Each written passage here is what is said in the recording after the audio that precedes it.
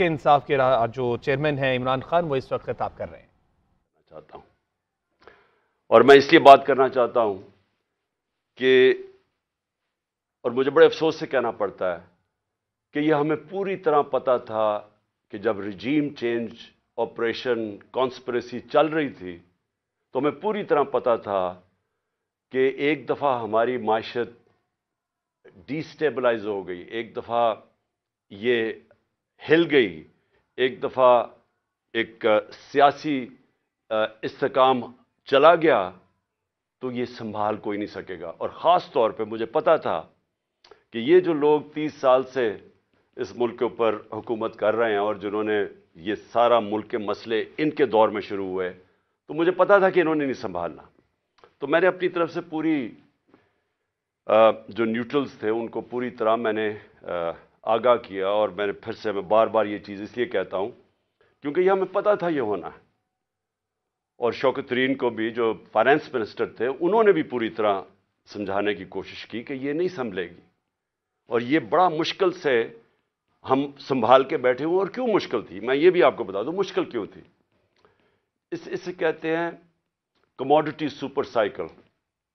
اس کا مطلب ہے کہ ساری دنیا میں جو انرجی پرائسز ہیں، بجلی، تیل، پٹرول، کوئلہ، یہ ساری دنیا کے اندر ایک دم اوپر چلے گئے. کرونا کے بعد جو کہ ایک سپلائی سائڈ کے اندر ڈسرپشن دنیا میں آئی، یعنی جو اس سے نیٹ ورکس ٹوٹے کیونکہ کرونا میں لاک ڈاؤن شروع ہو گئے، تو اس سے جو سب سے بڑا نقصان ہوا کہ جب سپلائیز ٹوٹی انرجی پروڈکٹس کی تو قیمتیں اوپر چلی گئی.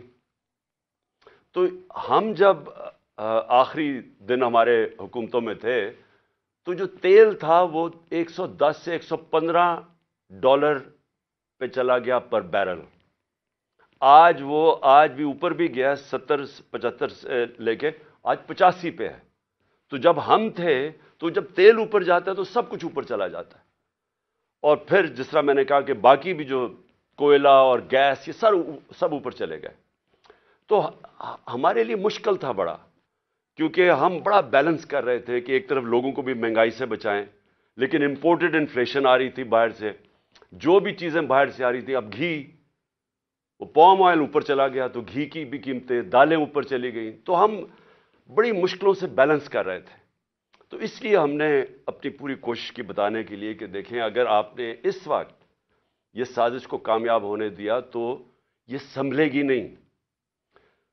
تو آج مجھے بڑا افسوس سے کہنا پڑتا ہے کہ ہم اب ادھر چلے گئے ہیں کہ میں نہیں کہہ رہا، یہ معیشت کے ایکسپرٹ سے آپ پاکستان میں پوچھ لیں، بلکہ باہر بھی جو مضمون لکھے جا رہے ہیں پاکستان پہ، فائنینشیل ٹائمز میں ابھی پاکستان کے اوپر مضمون آیا ہے، سارے اب ایک بڑا خوفناک اور خطرناک پاکستان کی ایک پکچر بتا رہے ہیں کہ ہم جا کدھر رہے ہیں. اب